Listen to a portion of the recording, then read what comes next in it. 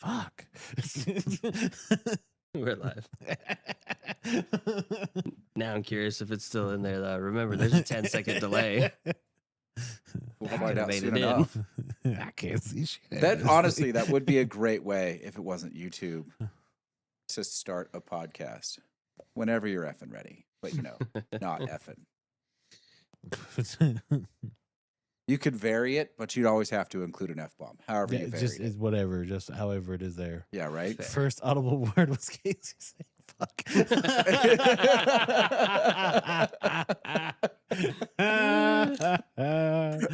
We're keeping that in. I don't give a good shit. timing. I don't give a shit. Rare character batch 2. Why am I not familiar with this? Because it sucks. Does it suck? I didn't know rare character had batches. Well, let's be fair. The rare character's 50-50. Yeah, Fair. I didn't know either. Like, there's some really good rare characters out there.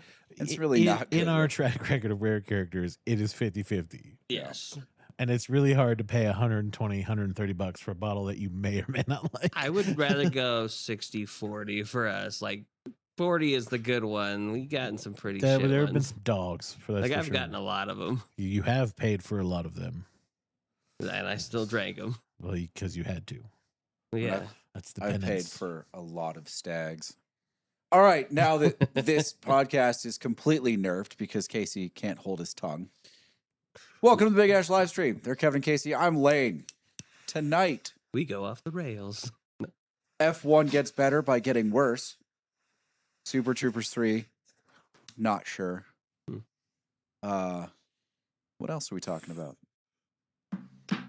I saw a trailer for Clayface. Okay. Did you see that trailer yet? Oh, Casey? we're going to talk No. about a phone call I had Ooh. and the illusion of expertise. I We like might that. talk about sports on TV as all these sports come up for new contracts. I think there's some fun stats out there. And we're definitely going to talk about why Kevin hates God. But first,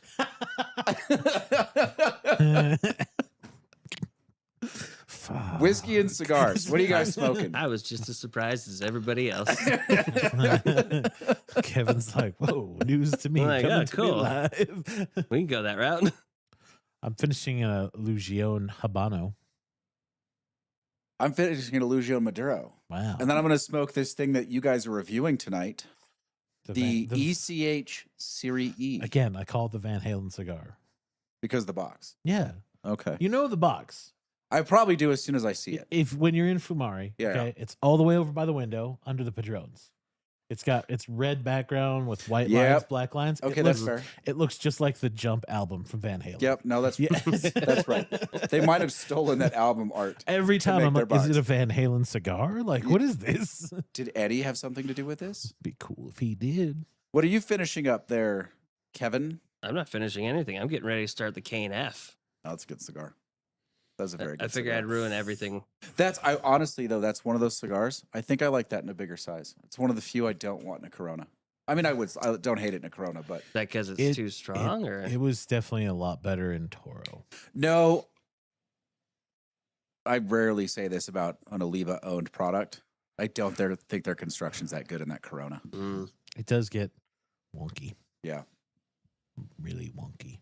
And actually, if we're being fair, it is a little out of balance in the Corona as well. A little bit. I don't think that was Toro. rolled to be a Corona. No, Toro, Robusto. Gordo, Yeah. Robusto.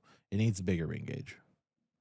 All right, the whiskeys. We still have the challenging whiskey, Kentucky Spirit, Camp Nelson pick. The mystery whiskey makes a return tonight. Don't know what it is, obviously. Well, another stag? And Stag 25D, which I have mixed feelings about. You tried it finally? Yes. did when? I had a sample at work. Oh, Now, like, was you this didn't drink fresh out of the today. bottle, or was this bottle Now it had been open for? for a little while. Yeah. It's not bad whiskey. but It's not the finish I want in Stag. no, that's right. Because it didn't have the garlic. It's not just that. It's like that buttery, sort of garlic buttery note. It's not just that. There's a little bit of that flavor on the front of the palate. The back of the palate is a little sharp. It's a little sour. Like in the finish. There's like this high-pitched note that I don't want in Stag. Like it takes away from everything that is the front of the palate. Interesting. That's true. Hmm. It's still good, but yeah. I know Do what you you're talking agree about, with yeah. me? Yeah. There's something on the back that's just, I think maybe it's a little young. They didn't age out all of the ethanol. Something. There's a flavor note on the back of it. It's just not my favorite. Fair. Which Oh, I'm a little disappointed because I've had some of the other 25 stags yeah. and I thought they were very good. And then there are people out there that like, A was a dog, B was mid, C was okay, D might be as good as a George T. Stag. I've had the 25 GTS and it blows 25D out of the water. They're crazy. Well, these are the same people that put an article out every day about what the best whiskey is and Yeah, those why types. this is the best bourbon. So the snobs got Those it. types This for is- sure. This is the best bartenders in the world say this is the best $40 bourbon. I know, and then you see Basil Hayden and you throw your computer against the wall. Fuck. I mean, it's good. I would still listen. I would still all day long if I see it for retail. I'm probably buying. To be it. fair, it's Stag. It is going to be purchased. Yeah. Yes. I got 3 for retail. You actually got 2 for less than retail, That's right. Less than Yeah. retail. That's right. Allegedly. allegedly. Technically 3 because I got that one from you too. Can't be confirmed. Allegedly. Yeah. But this one came from a store. Yeah. Um, Oh. And then we're waiting for Christian to watch Minnesota win because he's a Minnesota fan. So you guys really didn't appreciate the best under $40 bourbon list? I do some of them. They're not all bad choices, but some of them. Let's just say you can see who's buying advertising in those lists. It does suffer the fucking cigar aficionado problem where you're like, You're clearly like- A has so much money. Yeah. When you're going through it and you're like, good whiskey, Constellation, good whiskey, Diageo. Yeah. Good whiskey. Montana Big Spirits. Never even heard of that because it's not anywhere outside Montana. How is it on this fucking list? That is a fair I mean, I question. will say the one thing, if it's not like a marketing dollar whiskey, right? If it's not being bought by Suntory or Diageo or Constellation or Pernod Ricard or Brown Forman, although they don't seem to do a lot of that. If it's just some no name, because they do generally go to bartenders at good bars that have some experience. Okay. It's probably decent. Fair. It's just something that you've never seen because it's regional. Right. That's fair. I'm sure it's not terrible. I'm sure we could send somebody to get one. Lane, go on a trip. Go to Montana. Absolutely. Take some pictures, play some golf, bring back some of this bourbon. At some point, I need to start keeping track, or someone needs to start keeping track for the challenging whiskey about what whiskeys they've taken down in a month. If we're going to start doing a month-long challenger. True. It's true. So we got to go We back didn't do to that this month. This is our testing month. This is the first Yeah. one. Yeah, this is We where were we get feeling the it chance. I Yeah. can tell you what's going to happen. We're going to put Stag as the #1 contender. Stag's in gonna be it. 2, Isaac will be 2. just on GP. The Jack 10, 12, and 14 are now out. They're out in Southern California, not out in Northern California yet. No, so we'll never get them. Dude, I wanted a Jack 14 last year so bad, and I couldn't figure it out. That and the Russell's 15, I couldn't figure those two out. I will get this year. Wild Turkey is launching an homage to the cheesy gold foil bottles of the late 90s. It's a 16-year high proof. I will find one. Nice. We get that rare character 30 though, or Eagle Rare 30. Right. Huh? Christian said he'd go halvesies. Did he? Did he actually say that? Well, Did Casey tell you the price, Christian? I'm just volunteering Christian for halvesies. Josephus. No, it's 25D is what we have tonight. Although I do have a bottle of 24B, and the only reason I didn't get rid of it is because I want to taste it just because you said it was that bad. 24B? Yeah. Bingo. Oh. In fact, I can bring it in here. I'll try it I'll take that 24A out and swap it for a 24B, and we That's can fine. open it up and and try it. see what we think. See if it's good. Put it on the podcast. Yeah. Just All right. Bite Josephus. Casey, Lane. what the fuck is F1 doing? Nothing. Nothing of stature. They put out all these new rules to make it more competitive. Every one of those rules screamed to me, we're going to make the cars slower.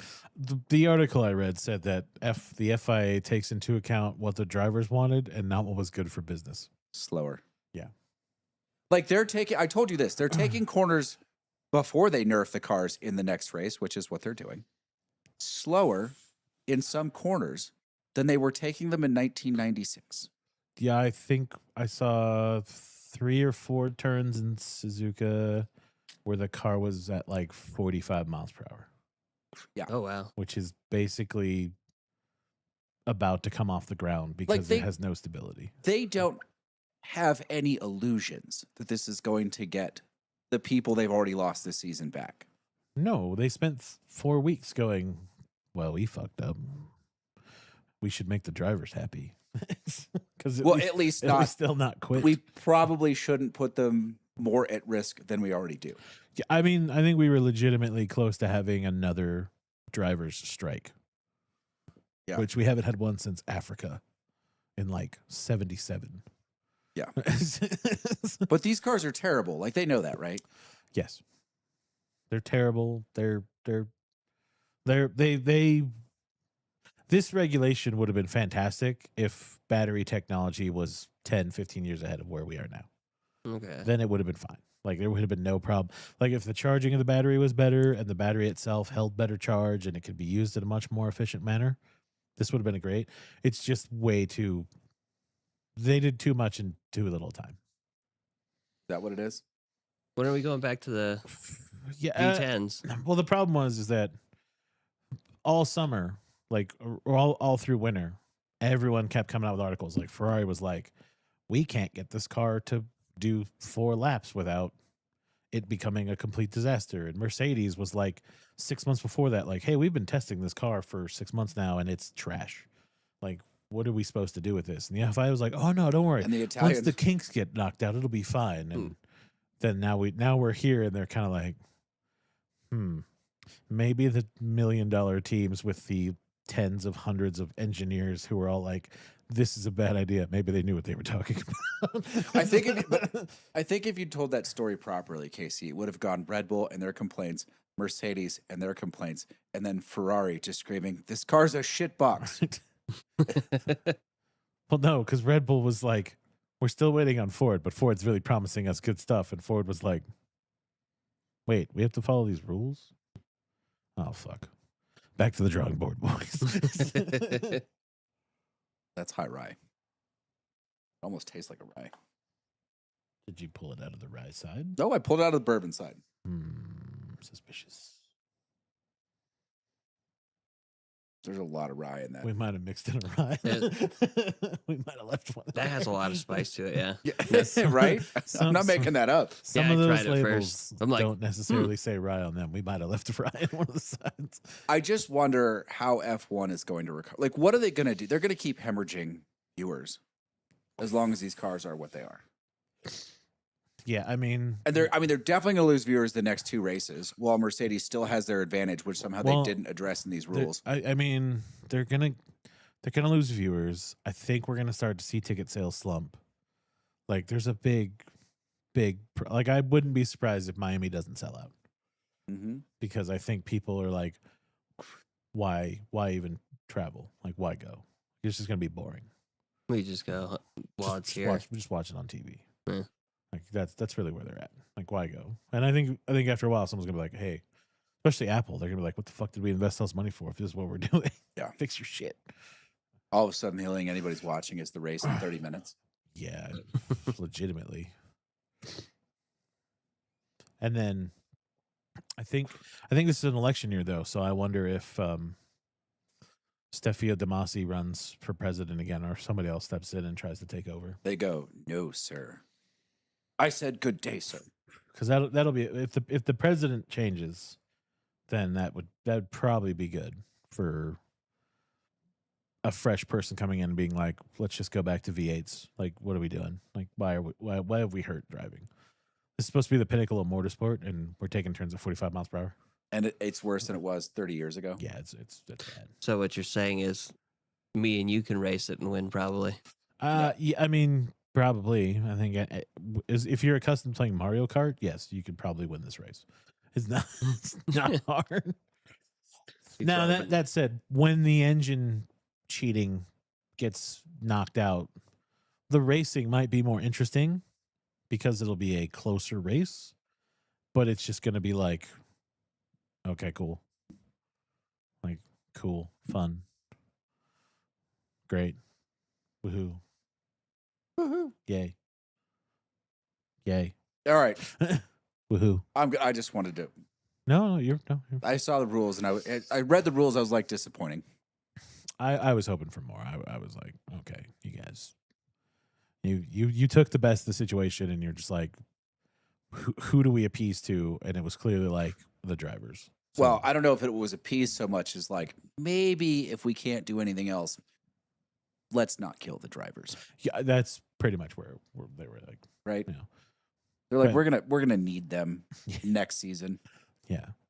Most of them anyway. I mean, the Aston Martin guys are happy. At least they won't have nerve damage anymore. Yeah.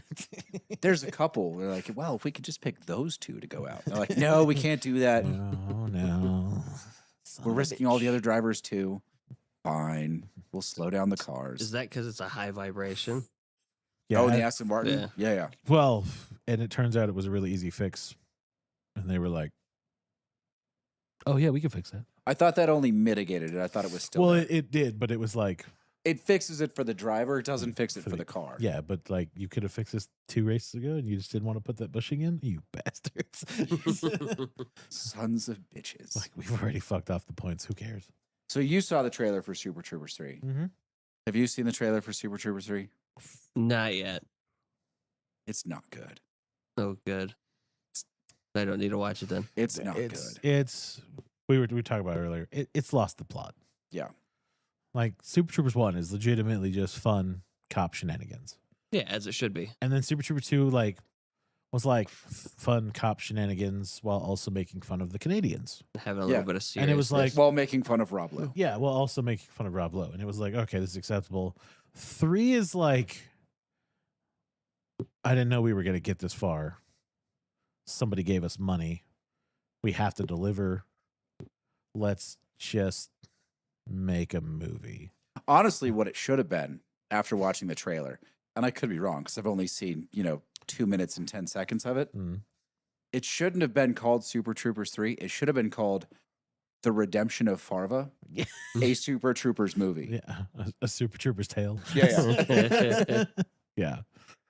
It's very I don't know, you watch it and you just kind of go like, what's going on here? What happened? They ran out of ideas. You notice that Broken Lizard hasn't actually made any other movies In a while. Like, Yeah. remember Club Dread came out? It was like, oh, Beer Fest. Like, oh, yeah, all right, cool. Where's Beer Fest 2? Where's Weed Fest? Like, where's like, where are all the other ones you could have made? Like, give me some of those stories. And then they were just like, Super Troopers 3. I mean, I would have watched Weed Fest. They had Willie Nelson at one point. Snoop Dogg's not doing anything. Willie Nelson's not doing anything. Like, They can they can make a movie. Come on. It did almost. It almost felt kind of Reno 911ish. That sounds terrible. Yeah, that's not wrong. Yeah, It felt very Reno 911-ish. Yeah, like it has that, like, it's almost too stupid, and you're just like, what's going on here, guys? Including the Sun Valley sex antics feel. Yeah, right. Yeah. Yeah, there's a lot of sex jokes in there, and you're just like, okay, I see what we're doing here. Could be wrong. It could be funny. I'll watch it when it's free. I don't think I'll go see it in theaters. I will watch it when it's free. I'll watch it when it's free, and then that way I can do the lane thing. Like, if it doesn't hold me in 10 minutes, I'm like, I tried. I mean, I'll give when it's free. I will give the Mandalorian Grogu about 4 minutes. That's fair. Only 4 minutes. I don't expect it to make it past 4 minutes. Yeah. I think that'll probably be it. No, because they screwed it up already so much.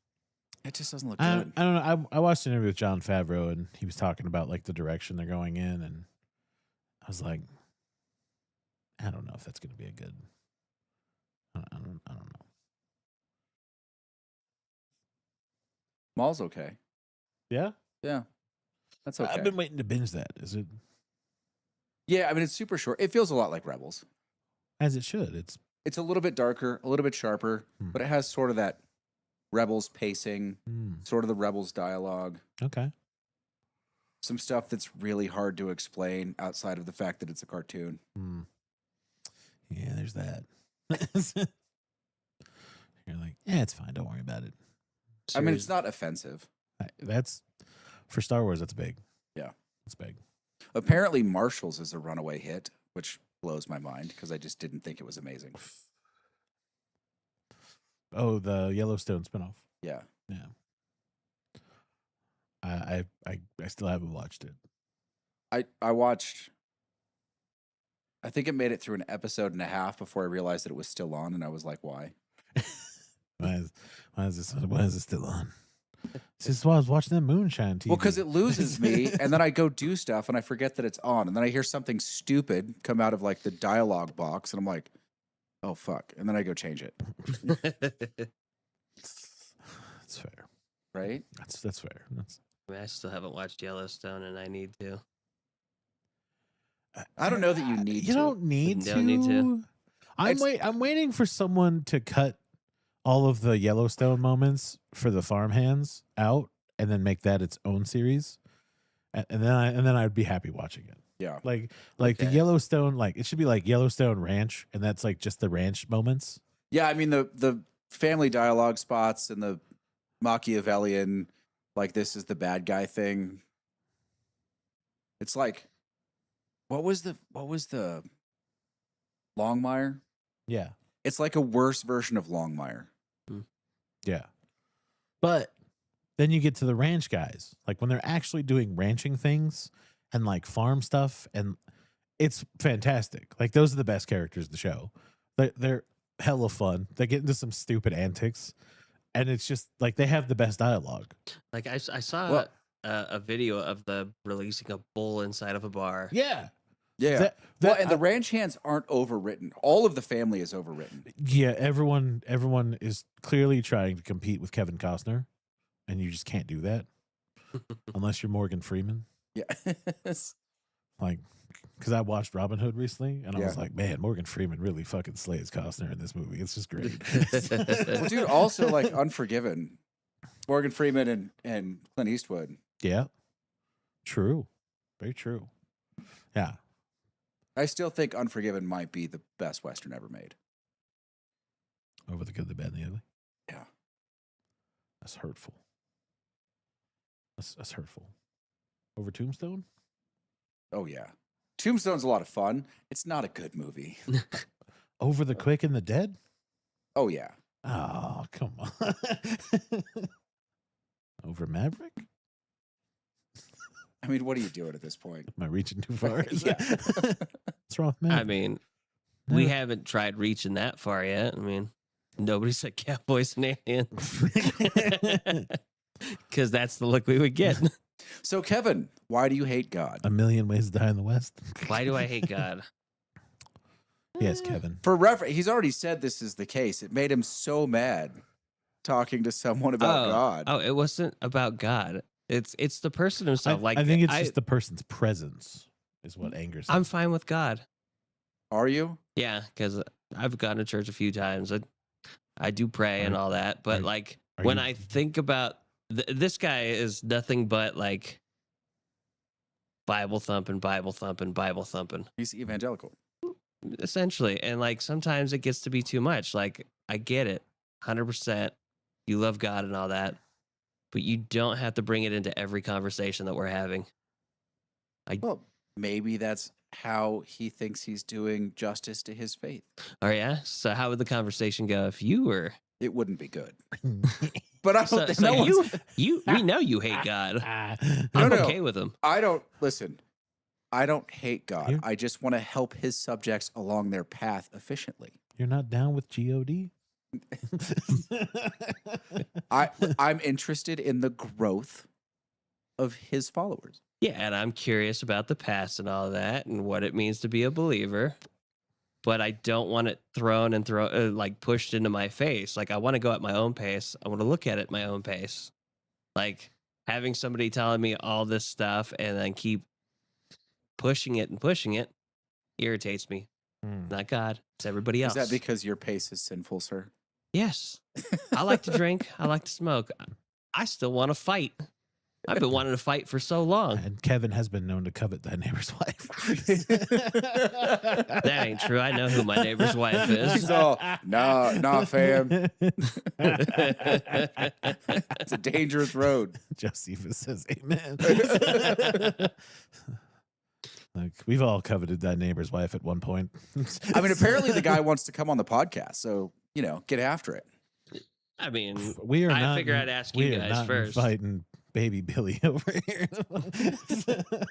Like, me and him can talk and have some good times having conversations, but like when I'm pissed off, and I was pissed off this day, I want to be left alone. I don't want you to keep coming and ask, hey man, what's up? You okay? Hey, can I help? Come on, man. It's okay. God will be there. Hey, it's okay. Come on. The Lord will help you. Channel. I have seen, they're predominantly women. I don't know why that is. Posts on Facebook about God and his plan and all the things, right? Yep. And somehow God's plan mirrors their selfish desires almost exactly, which I find strange. See, and well, that's what happens when you leave it up to interpretation. Turns out you can just weed in any of the words you need to make it sound right.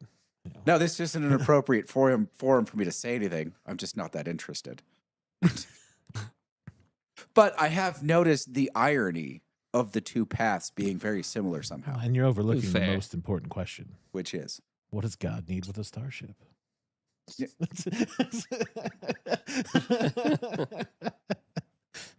Sometimes you want to sit down and relax.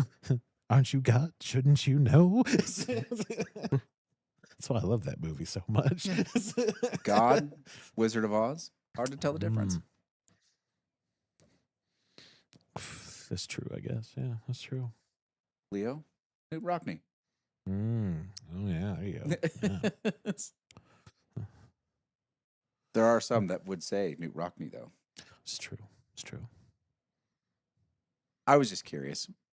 Why you want to throw me under the bus for God? It was that he was just pressing you. On the value of faith at every opportunity. But he was like, it's a usual thing of like, I get talked to about this and I'll ask questions when I feel like it, but like it comes up a lot and I see him do it to other people a lot. And some of those people are like, I'm tired of this. Please leave me alone. And he doesn't. Again, there has to be a point where you stop yourself because you're doing more damage than you are good at that point. No. Introspection is far overrated. So. Yeah, come on. He's just trying to. I feel like you're trying to irritate me now. He's just trying to spread the good word. I think you're poking at me now. I'm used to poking at you. Now it's kind of turned around. The tides have turned, Mr. Bond. Look, just find the points of irony, hypocrisy, if you're being mean, in his life and his religion. And rather than asking questions of explanation about his religion, ask him how this particular belief affects his life over here where he hasn't addressed it. Force him to feel emotionally uncomfortable for a while. It'll go away. The problem is, you'll be fine. The problem is when I do that, like if I make him upset at any point, he will pander and like keep pestering me and trying to get me to talk about whatever it was that pissed me off or that I said that upset him. And again, I'm to the point in my life where your feelings don't matter to me. No. But again, so you've made the cardinal sin of persuasion. You've said the last thing. You don't ever finish the sentence. You just walk away. You ask the question and let him find the answer. And his answer, I promise you, will shake his beliefs. That's why I just bring him on here and have you do it. and let us not forget, because the Pope is French. I thought the Pope was from Chicago. Yeah, the Pope might be French, but Jesus is English.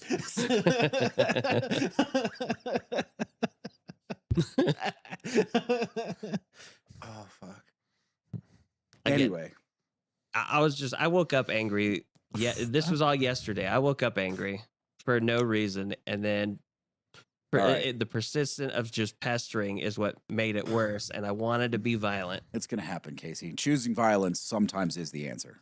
To be fair, Except for when I'm at work. I have one of my servers. She's like 100 pounds. Nicest person in the world. And at some point, she let it out that she trained jits for a while. So now, like, okay, wait, but like really trained in jits? it doesn't matter for this purpose. Well, okay. Because I've asked her to do like double leg takedowns and rear naked chokes. Like, I'll just walk by her when like there's a table that's frustrating her, and I'm just like, choke him out. You got this. Like, Don't worry, I'll back your decision. yeah. Double leg takedown, control the back, rear naked choke. I believe in you. And what's her reaction? She just laughs at me. I think it's hilarious. I'll just walk by. I'm like, you got him.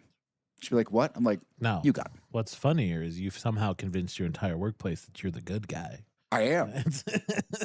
That's a bold-faced lie. I didn't even have to do anything. Don't worry, we're bringing in the devil horns if I get this guy on. You know what? Me and Kevin are going to go to that restaurant and fucking prove that you're not. I'm sure we could do it too. You ever seen the Blues Brothers?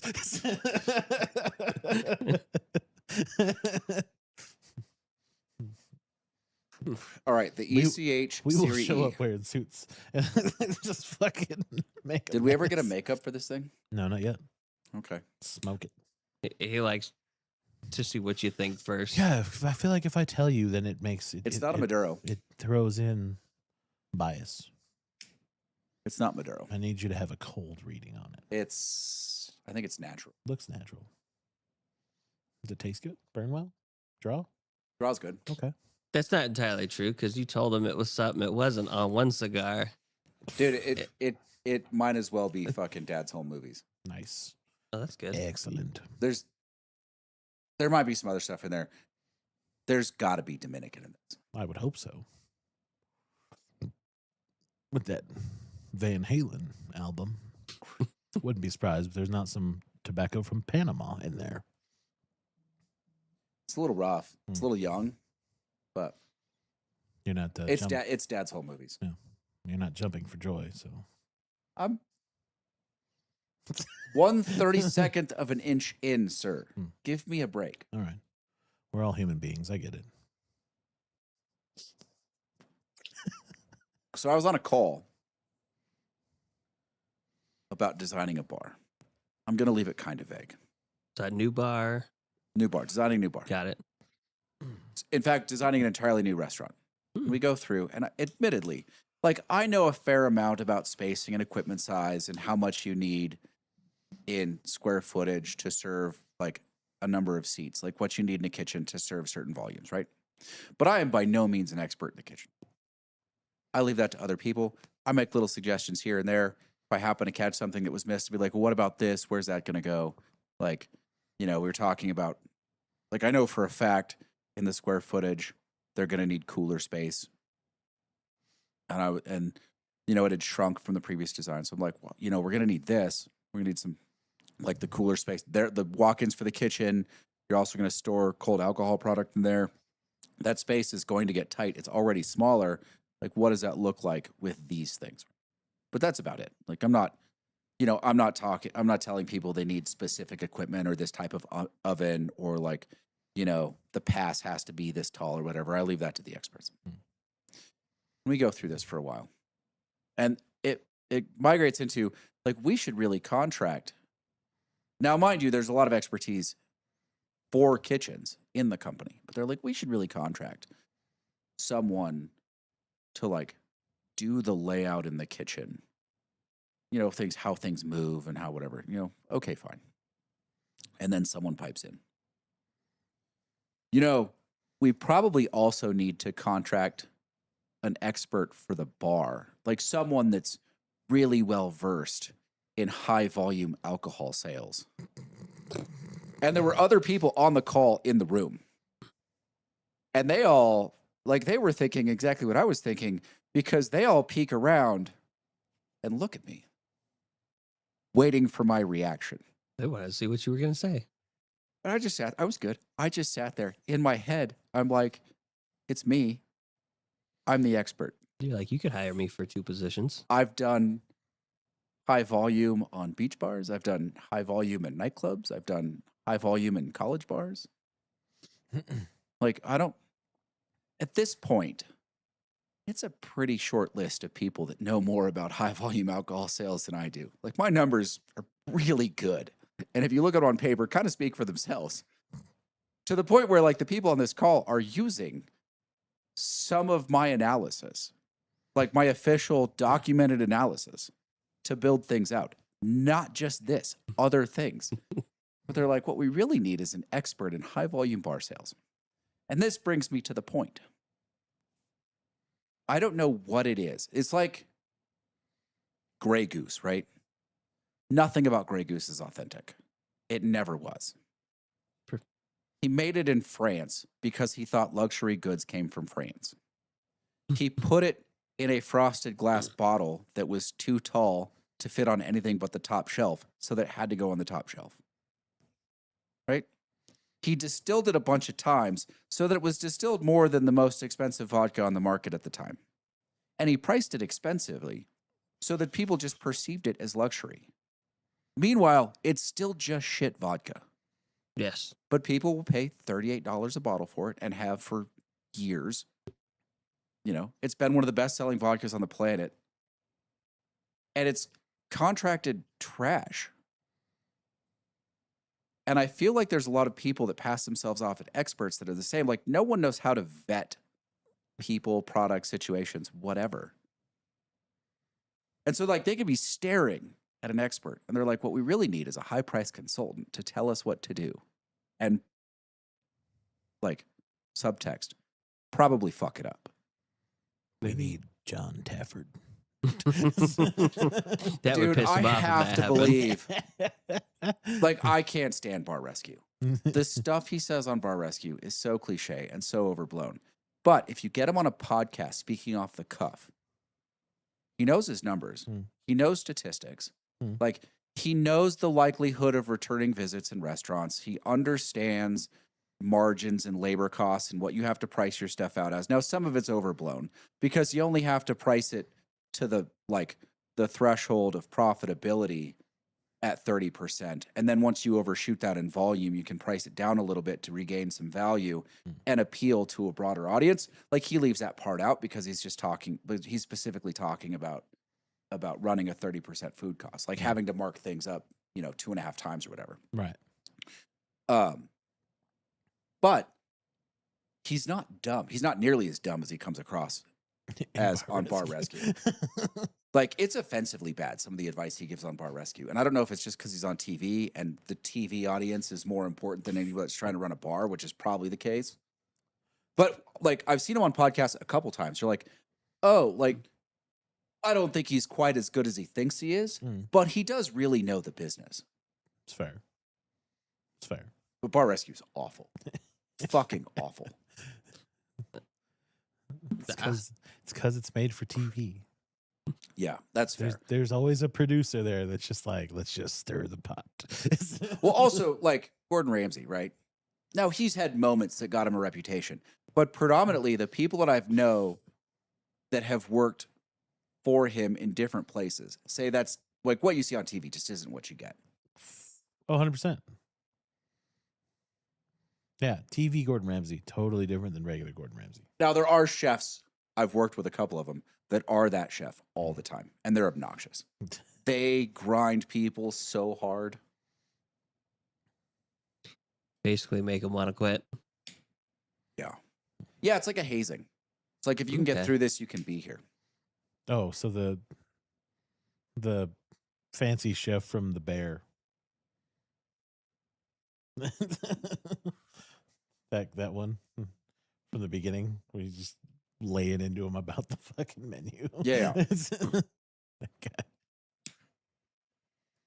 I mean, kitchen work is hard enough. You don't need to be that asshole. Like, you do need to make sure people are competent and safe. safe both personally, like not going to hurt themselves, and producing food that's not going to hurt customers. Right. Like those are real concerns. Yeah.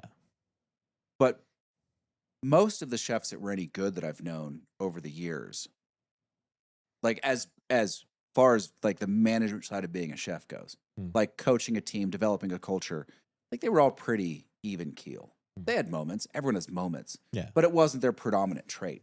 I've had a couple, like, you know, the exec at that steakhouse. Oh, yeah. He definitely needed to mature a lot. But he was very talented at production. He was just a shit manager. Fair. Anyway, I thought that call was funny. It was so obvious that other people were like, here's what has to happen though. You realize this, that when this high volume expert shows up, you gotta make him look like a buffoon. You really do have to like just go to work on him. I mean, I'm more interested in the bar being functional. Oh no, I get that, but than the high dollar consultant looking like the buffoon that they might be. But come on now, don't let this opportunity go to waste. This is either slightly over humidified or the construction on it is a little suspect.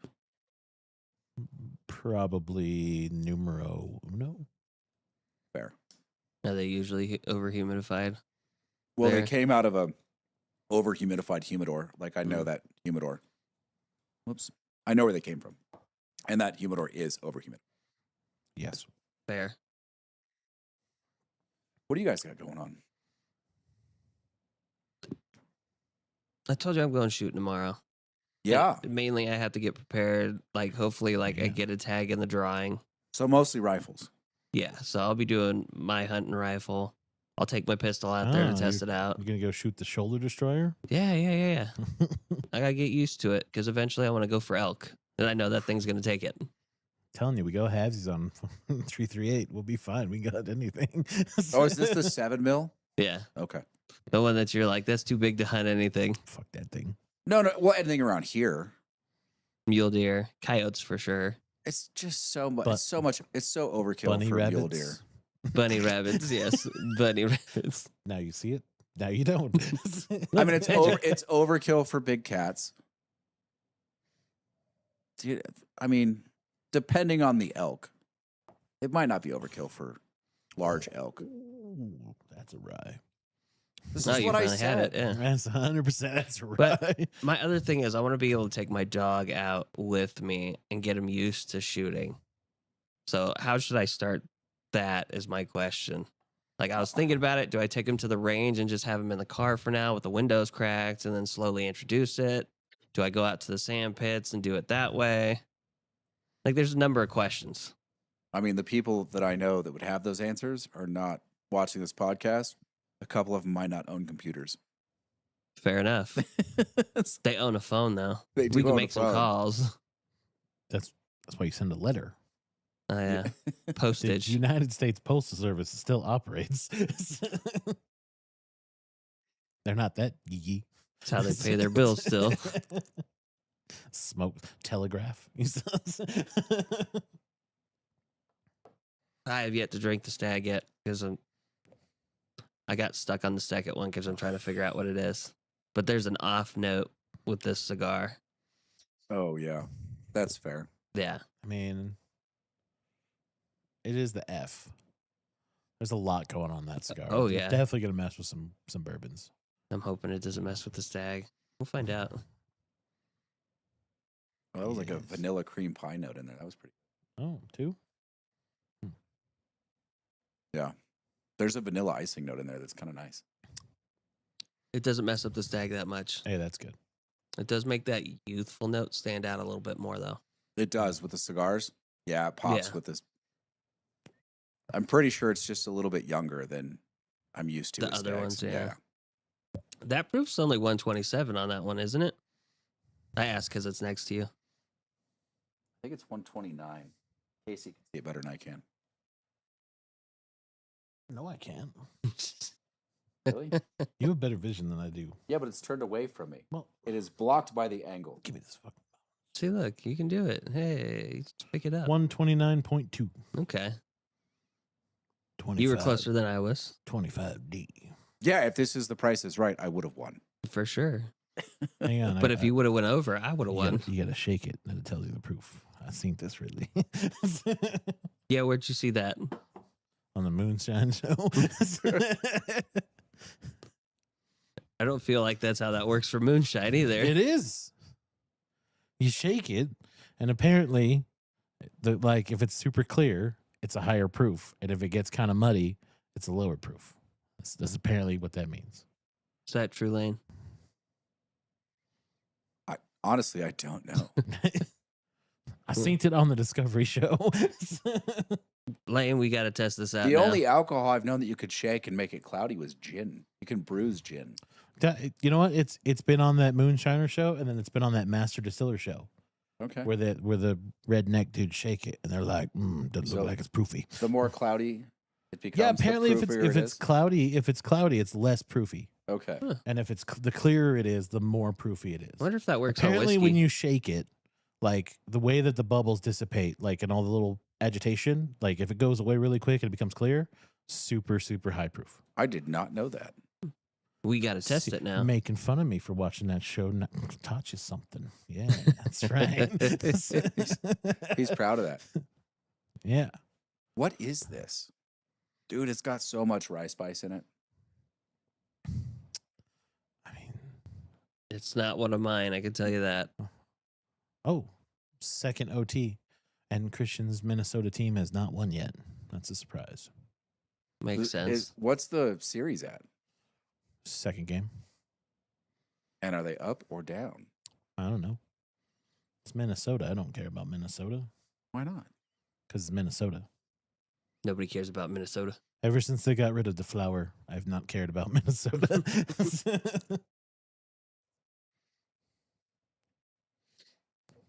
It's a little rough. I can rank them. Well, I know what I'm going to rank them. 1, 3, 2. No. Are you going 1, 3, 2? No, I'm not gonna get it. This is just trying to. Wait, no, really though. Are like I don't know. I haven't drunk stag yet. you? Like, I know where one sits.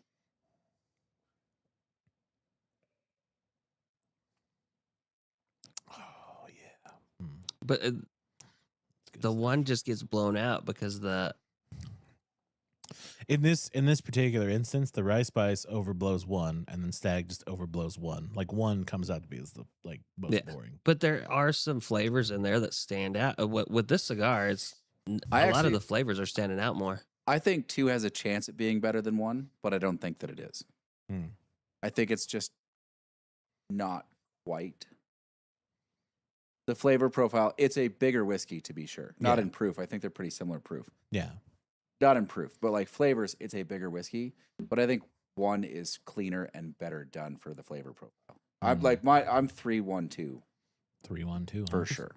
Where I was sitting. I'm at 3, 2, 1. 3, 2, 1. Yeah. I mean, I can Okay. get behind that. Because I just like the excitement and the big flavor picture of 2, and I think it just makes 1 kind of boring. So, this is my first cigar of the day. Yeah. This was my first drink of the day. Yeah. Well, that's not true. I was drinking at 2 a.m. What am I saying? Until 4 a.m. 4:30 actually. But I mean, like, there's a lot of notes in here that I'm picking up that I didn't pick up last time. No, it has notes. It has taste. It's just after it's your first one. As soon as you go to 2 is just like 5 times more flavor because of all the rye spice, all the notes that come up. But there's also that off note that I'm getting. Yeah, there's a note. I don't see. I have maybe because I have a lighter cigar. I don't get the off note. That could be it. Maybe it's Weeded. like a little overdone barrel char on the back end. Okay. It's possible. Like, I get that weird that off a- note on the top roof of my mouth and the Wait, back. Hold on. I thought for a minute it might be Knob Creek, but It's a fair assumption. Because Knob Creek is up there with the Proof. Yeah, they're about And- 113 on the rise for the. Well, I think there's a Knob Creek 18 or a 14, right? We had the 14. We had the 18. We had the 18, the 14, and what? Do you think that's the 100 proof desert stave pick? Oh, it's possible. Could be. You got your guesses in then? I think it's a Knob Creek. I'm gonna go Knob Creek. I don't think it's Knob Creek. I'm guessing that it's The the Desert Stave. Nevada You Desert think- Stave you think edition. so? I You think it's Old Forester Old pick. Forester. Okay. And I think it's It's 108 proof. 108 proof. What is it 2024 release. for? Bomb burgers. That's bomb burgers, Bomb really. burgers. What? Wow. Because I was thinking it was like. Again, it has those notes for the rye. Is bomb burgers a rye? Mm-mm. No. And it doesn't have a high rye, right? They're just the normal. No. But their mash bill's higher rye than Okay. a lot of other stuff. We just put that in there, right? I don't remember. Pretty recently. Yeah, that's. I brought it in like a month ago. Yeah, that's a more recent. Interesting. You didn't mix them up, did you? I've mixed them a little bit. I was literally drinking that last night. It could have been. Son of a bitch. The rice spice pops, I will tell you, the rice spice pops a lot more with a cigar because I wasn't smoking last night. Mm-hmm. I was, of all things, I was working on a restaurant floor map. Oh, was you were tedious doing, as you were doing that. fuck. Yeah. It took me like an hour and a half to Uh, do because I had to do individual seat numbers on each table. Mm. So I've like got a little collection of seat numbers over on the corner of the document, and I'm like copying them and move like I duplicate the layer, like 20 times. Yeah, yeah. And then just drag each one over to different tables and then figure out which one was on which table and label it as like seat 1, table 5 or whatever, seat 1, table 11. It took me like an hour and a half to finish that. That's gross. That's just tedious work. Oh, it too. was obnoxious. That's gross. I'm glad I don't have to do that. But yeah, I don't have to do that. No. Well, because they wanted to introduce table number or seat numbers. I'm like, okay, I think that's a good idea because I want to go to trays because I think there are a couple things I hate in restaurant service. I hate the Denny's carry. 1, 2, 3. I hate it. Okay. It's stupid. Yeah. Oh wait, they do the Denny's carry there? Yeah, I like trays because you can carry a whole table for the most part in one tray. And it presents better. Almost always. Yeah. And I hate auctioning off food at the table. Oh yeah. Who had this again? Yeah. Barbecue bacon burger. Yeah. You wait for an answer. You're like, okay. You It's- have seat numbers. It just goes right to the seat number, that's on the ticket. Seat number 1, barbecue bacon burger. And you just go, boom. Anyway, they're like seat numbers. I'm like, cool. I think it's a good idea. They go, how should we do it? And I went, okay. So our door faces south. Mm. And I said, seat number 1 is the south-southwest seat, right? Okay. So if it's a 6 top turned lengthwise to the door, seat number 1 is at the head of the table. Okay. If it's a 4 top, it's on this corner. If it's a 6 top turned horizontally, it's here. Yeah. And then that's seat 2. So every one of them is clockwise. And they rotated seat 1 to the western position, which I guess it doesn't really matter, but like in my head, when I visualize it, I carried one out to seat 1 after they did it. And I didn't I just assumed they used the seat numbering I gave them. And so I carried one out to seat 1 and someone's like, oh, that's mine. And it's the person over here. I'm like, okay. And then I walked into the back. I go, can I see the floor map with the seat numbers that you guys are using? And they handed it to me. I'm like, well, I'm going to change that at the end of the night. So that was my night last night. And I left no ambiguity. I labeled every seat. Yeah. Then he went, I need everyone in this room to look to the left. Yeah, right? No, look Now to the look right. to your right. 100% of you are pissing me the fuck off. And again, he's the nice one. I mean, at work, he's the nice one. what I did, I put in an hour and a half to make the seat numbering completely unambiguous. Like, and then I went in and work and printed out like 20 of them today, and I took the other ones and tore them off and like taped them. I'm like, here we go. So what's the over under on somebody fucking this off? The first 2 weeks? No, the staff I have now will be fine. It's the people I onboard in May. That'll be a. All right. So you get a month or so. Yeah. Okay. That's fair. Well, luckily, if they think about it the way you think about it, it'll make sense. If they don't.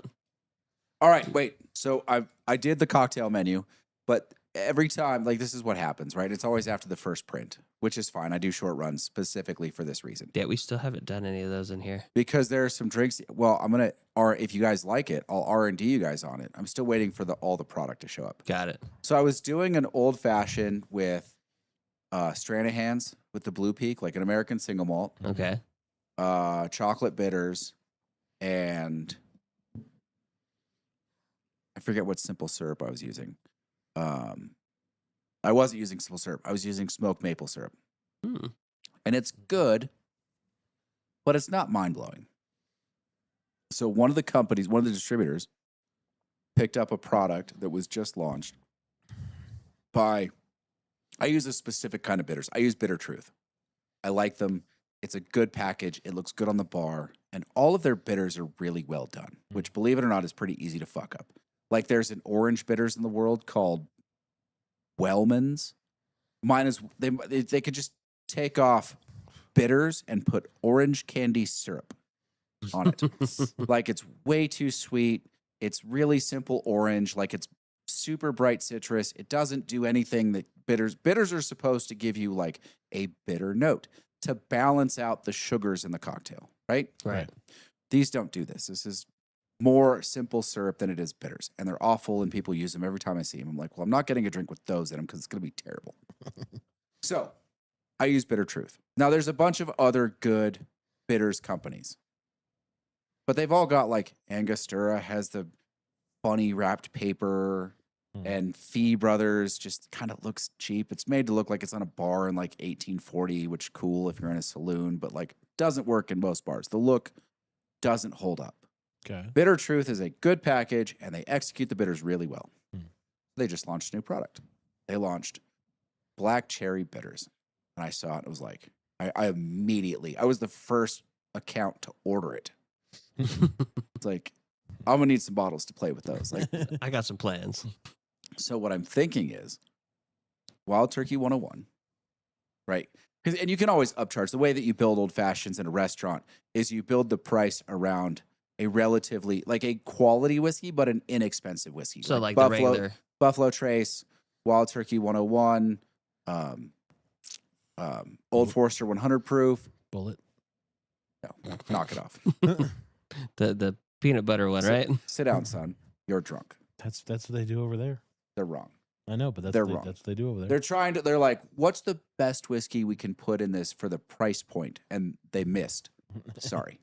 Anyway, so you can always, like, and then you build in all of the whiskey options, and then they can upcharge. Someone sees you have Eagle Rare for an extra $5. They can put that in their old fashioned instead of Wild Turkey 101 or whatever, right? This is how you execute a drink and build in the opportunity to upsell better whiskeys, right? So you create a little bit of value on the margin that you're looking for with a whiskey that will make the drink that you want, and then they can upcharge if they want. You know, they can use Stag for an extra, like, you know, Stag I think is a $9 upcharge or something. That sounds terrible. So I don't know, like, I wouldn't make a drink with Stag. I just want to drink it neat, but some people do. And right on. If they want to pay that, cool. So Wild Turkey 101, Black Cherry Bitters, and literally reduced cola, like Coke syrup. So this is an idea, you haven't made it yet. I haven't. The Black Cherry Bitters show up on Friday. So I'm going to R&D a cherry cola old fashioned. Yeah, I'm down to try this. You want to try it? Yes, I want to try For this. sure. Let's see. I wonder if the Peanut Gallery's got something to say about this. Peanut Gallery's waiting for the Minnesota to win. I think the maple syrup works, but what I need to add, and I haven't figured out how, there needs to be, like, when I think of a smoked maple old fashioned, I think of like s'mores. And it needs like a graham cracker note in it to be good. And I don't know how you accomplish that. Crushed graham cracker. No. You- Like you in the could- simple syrup, like you need to add a couple of spices to the maple syrup to give it like that graham cracker note. Okay. Well, wouldn't you just add cinnamon and nutmeg? No, it's not quite that easy. I feel like that would get you close. Maybe a cinnamon, nutmeg, sugar sprinkle on top, like out of a dredge. Well, you probably would do cinnamon, nutmeg sprinkle on the top, and then add in a little dollop of honey. Because then you get the honey graham cracker generic taste that they make, which people use. I think that'd probably be your best bet. Maybe if you created a hybrid syrup. The problem is honey's really hard to make a simple syrup out of. Like it's really hard to combine into a simple syrup. It likes to break. Yeah, that's true. Have you ever made your own bitters? No, I never have. It takes a while. Okay. Like the process doesn't take, like the part that you're involved in doesn't take a while. They have to sit for a while. Okay. Yeah, I was curious. It's like making vanilla. It has to sit for like a month. Maybe figure that out and make a bitters out of it. Graham cracker bitters. Problem is bitters are mostly aromatic. Okay. They don't generally add a ton of flavor. If they do, they were probably made wrong. Okay. Like a little bit of flavor, but they're not the predominant flavor. They're the backbone in a drink, not like the front palate. And if you can taste it on the front palate, they're probably shitty bitters. Do they make a vanilla bitters? I've never seen one. I feel like that'd be too strong. Vanilla is just a strong note itself. But I was thinking if you could some way get the honey in there, a little bit of vanilla with the cinnamon nutmeg sprinkle, I think that would be your answer. That's fair. I will do that next. Anyway, so on the cocktail menu, I'm already thinking about replacing the one because I have, and sometimes you have to put products, like you have products that you like to partner with because you like the distributors, the suppliers, they help you out with stuff or whatever. No, you don't like any of yours. So I still use, like where Straight Hands really shines is we do a barrel-aged black Manhattan with Straight Hands. It's incredible. It's amazing.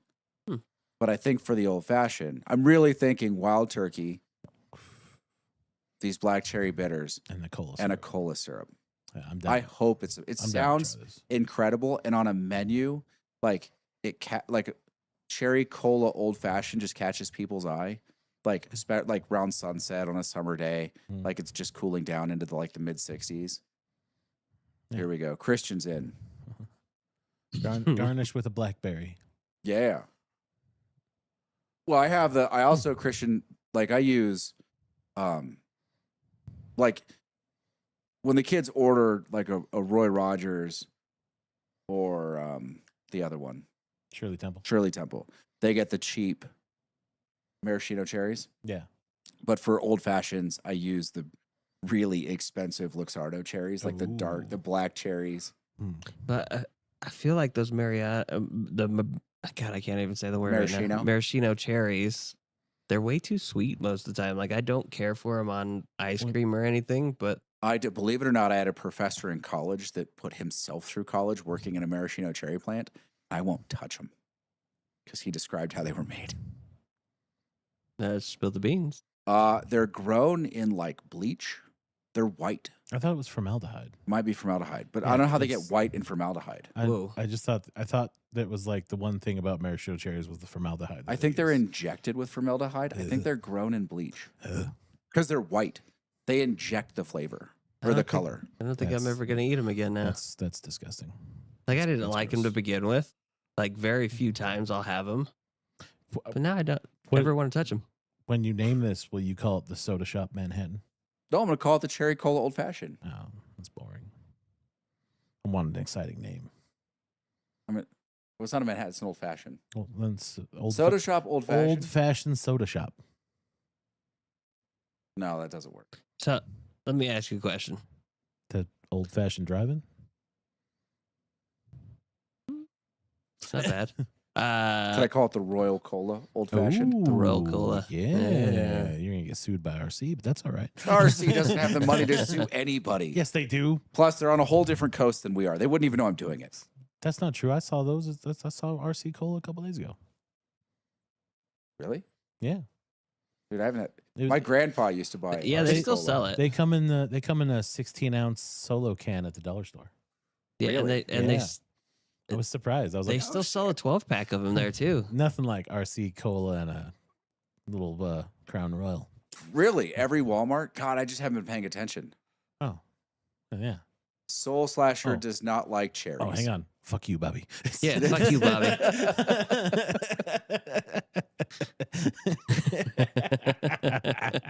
I'm excited about this drink. I think it's going to be good. No, I am too. That's why you're going to bring it in here. Oh, for sure. So Once I get all the components, I will bring it in here and make it. We so- could, in fact, we'll make it with the Kentucky Spirit. Yeah. Okay.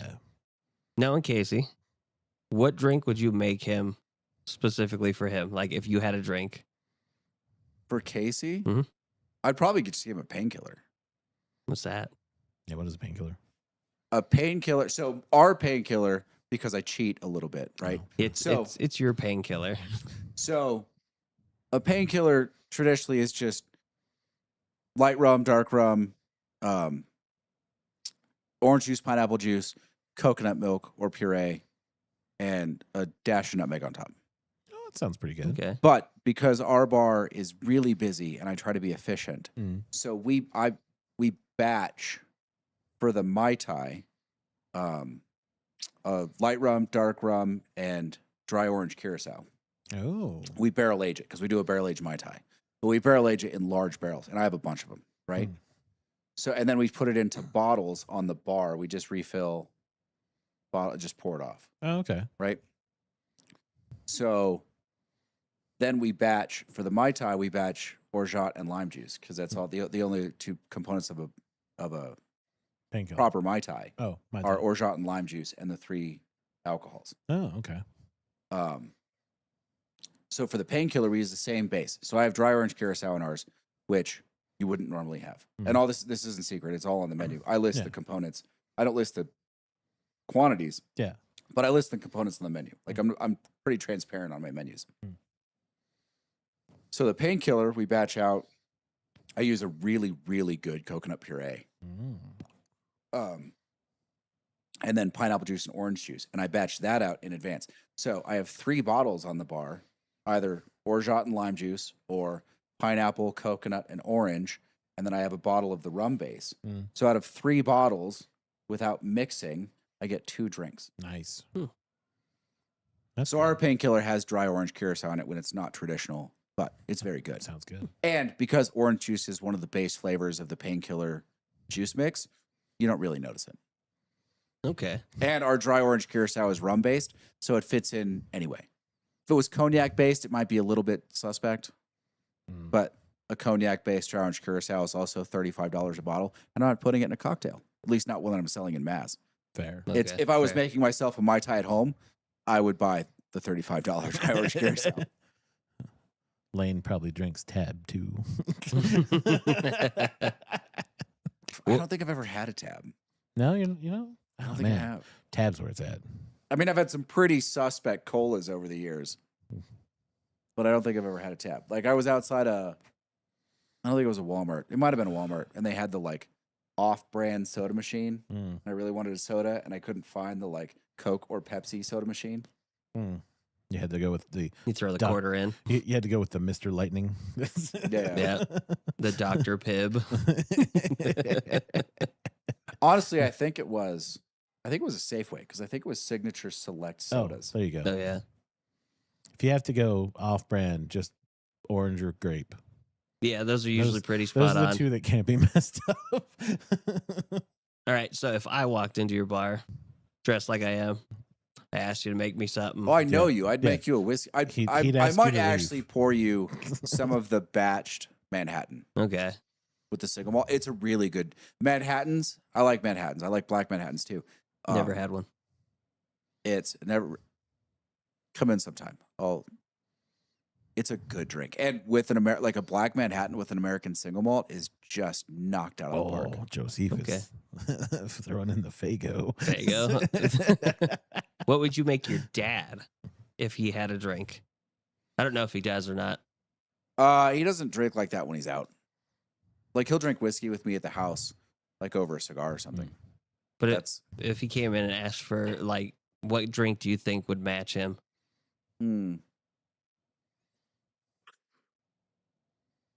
Black Russian.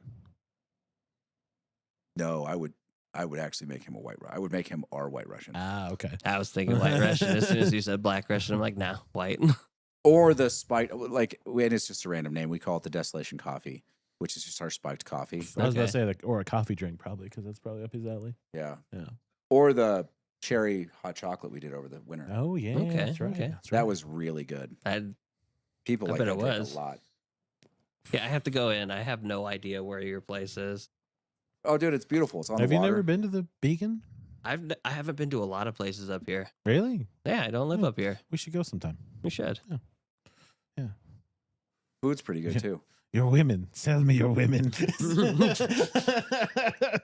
How much for the little girl? That took a turn for the worst. Lane, we had to throw out your friends. Yeah, that tracks. You're like, I can't claim them today. They're not my friends. Look, man, we need you in the band. If you don't join the band, me and Kevin will eat here breakfast, lunch, and dinner every day.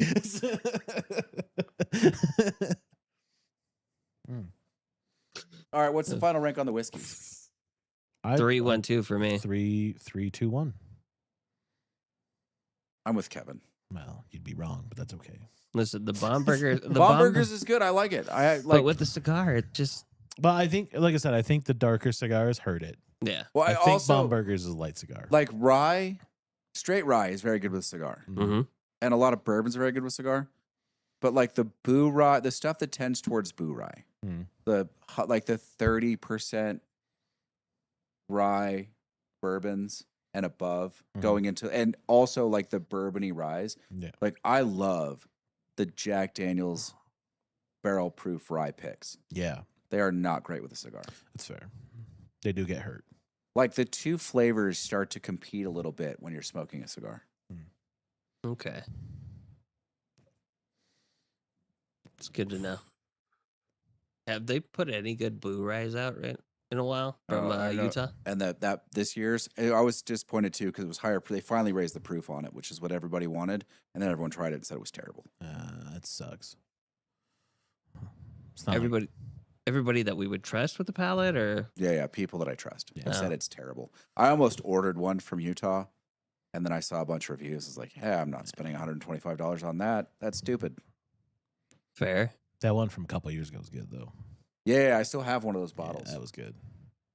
I picked up another Knob Creek. I picked up last year's at Total Wine. We can open that in here and try it. Oh, yeah. We can put that in because next month is going to be a rye. Okay. Do you want to do the Overholt 12? Do you want to do something else? I mean, I have a Jack Daniel's barrel pick from Coy Hill. no. I also have the Jack Daniel's Tanyard Hill, but I'm afraid that would just step on everything that we put it against. Yeah, that one would be. And like, not a lot of people like the Overholt 12 was really good. Mm. It was kind of bemoaned a little bit because it's Beam, like it's Suntory. Mm-hmm. I think that'd be a good challenger. I think it's going to beat some stuff that's unexpected. I think it's going to lose to some stuff that's unexpected. But you actually get to find out, like it's people actually get to find out like if it's good or bad relative to other ryes. Where like everyone just knows the Jack Daniel's barrel pick ryes are amazing. Yeah. Like the barrel proof ones are just phenomenal. Yeah. You just know. Like it's the best $60 rye on the market. Yeah. I picked up a Knob Creek rye The 10-year? barrel pick. Barrel pick. It was from Total Wine up there, and like I was up there like I want to say like almost a month ago now, dropping off my aunt's dog for her, and I saw it and I just picked it up. It was like $63, not too bad. Yeah. That's not terrible. Figure I'd give it a shot. It was not bad. I'll have to bring it up. Yeah. And then we can pour some samples. Pour a sample, yeah. Anyway, I was watching a podcast. It's one guy. It's technically just a YouTuber at this point in as my one mind. does. He was talking about the Strait of Hormuth again. I almost say vermouth again. Strait of Vermouth. I like that. Strait of Vermouth. That's It's a drink now. That's a very dangerous place there, the Strait of Vermouth. But like a bunch of them like there's some of news going around that area saying that they're able to get ships in and out through the strait in between our blockade. I mean, I think they're running it with some ships. I think our blockade is picking the highest dollar or the most like pertinent ships and stopping them. And I'm sure some are sliding through. And I know, and I was hearing like Trump gave him like 3 to 5 more days to figure out what they're doing because they're in the middle of a civil war at this point between the army and the. Last week, right? Weren't they like, hey, we agreed to all the terms, like we'll do it, and then we were like, cool, but we're gonna keep the blockade there until you actually do it. And like 2 days later, they were like, take those fucking boats, fuck this. And they started like taking boats and just floating out there. And it was like a whole bunch of just like one hand was like, how dare you accept their fucking terms? Fuck this. I don't think. I heard it was little boats that they were going through and shooting at them with like pistols and stuff at the ships, and you're just like, that ain't gonna work, bud. They're like they're shooting at our boats. You're like, but are they though? No. I honestly don't think it was that we left the blockade up that was a problem. I don't know how close they were to a real agreement. There is a lot of infighting going on in Iran at this point. Yeah, like in their government. Yeah, their governments, we'll say. Yeah. I think Trump just got impatient. Like Trump somehow did it right, sent the right people, got to a deal, asked for the close, and then stood there. And while they were thinking, got nervous. So what do you think? What do you think? I think we get more. Wait, you need to say yes. I think we get like more. This is a good deal. No, I think we get. I'm going to burn your country down if you don't. No, like he opened his mouth. That's his problem. Is opening his mouth. He spoke, and they were like, "Do not let the orange man talk again." Like if he just let them say the next thing, he had it. The last person to speak, the one that loses. That's what's going on. Yeah, and he couldn't do it. No, he's like, "You fired." But yeah, I was watching that, and I'm like, that's weird. I thought we were good about a week ago. I don't know. I don't know what's going on now because gas was this crazy like going up, and like for the last 2 weeks now, it's been $4.55 at my house. That's saying about the same now. Hasn't gone up, hasn't gone down, but has moved. I'm like, something's happened. Something has changed in the makeup of the oil per barrel cost. Like something is going on to make it like, hold. We do not have to change the price yet. I don't know what it is. I don't know. But speaking of hostile takeovers, Apple might buy Disney. Really? Yes. Is that good though? I don't know. So the new CEO of Apple, right, is stepping up pretty soon here, I think. And one of the big things... End of the year, I thought. Yeah, well, one of the big things that's been going around is that apparently Apple needs to be more aggressive. And so somehow they're looking at Disney and they're like, I mean, I don't disagree that they need to be more aggressive. I don't know that they need to be more aggressive in buying a failing entertainment company. Not just like they want the whole Disney. No, I know. Which is wild to me. But I mean, half of Disney is hemorrhaging cash right now. More than half. I think the parks are still doing pretty well. I thought the parks were fucking getting shafted. Parks are doing okay. They're not doing that well. I think they're breaking even essentially. Wouldn't surprise me. But I read that today and I was like, can you imagine if Apple buys Disney? That's wild. I just don't know what it gets them. Apple Land Orlando. I mean, it gets them a bunch more content for their streaming platform. It makes Apple TV viable, like right out of the gate. I mean, if you take because you're taking all of Disney Plus, you're taking all of Hulu, you're taking ESPN, and you're putting them all into one platform. I mean, Apple can charge whatever they want for Apple TV at that point. As long as they fix the bullshit that's coming out of there. Well, that's the other thing is, Apple from its TV perspective, I would be okay with. They have put out some pretty good shows. Some are kind of wonky, but for the most part, the Apple portfolio of TV shows is kind of surprise bangers. They're just going to put Believe on one of the rides. Dude, I'd go to Ted Lasso World. Yeah, but does it, this is my question, is does it help? So like Disney's problem is they bought a bunch of IP properties. Mm-hmm. And thought that those fan bases would hang on no matter what. Yes. Obviously, they were wrong. Yes. They lost a significant amount of Marvel. They lost all of fucking Star Wars. Yeah. Right? And they were part of Doctor Who. Mm-hmm. And they lost all of Doctor Who. Yes. I don't know, like, what you're buying Disney for. And I mean, there's value in the old Disney book, the old Disney catalog as well, for like kids and whatever. But like, you're not getting those people back if you're Apple that buys it, because they're not going to trust you. I think you'll get some of them. I don't know. I think you'll get the people. You'll get the people who took a break from those IPs, but have paid attention to like what Apple's done with some of theirs, and you'll say maybe I'll give them like one chance to see what they do.